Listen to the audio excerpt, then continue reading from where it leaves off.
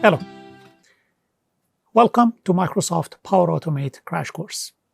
My name is Ali Raza. I am a solution architect, and I will be your instructor to the end of this course. Thank you for enrolling in this course. This is the course for beginners.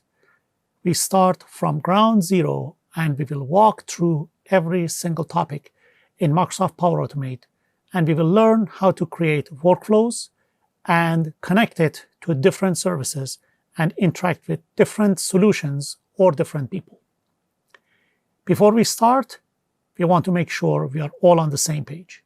We know what we are going to learn and where we are going to end with this course. And of course, we also want to know the future steps. So before doing anything, let's see who is the right target for this course.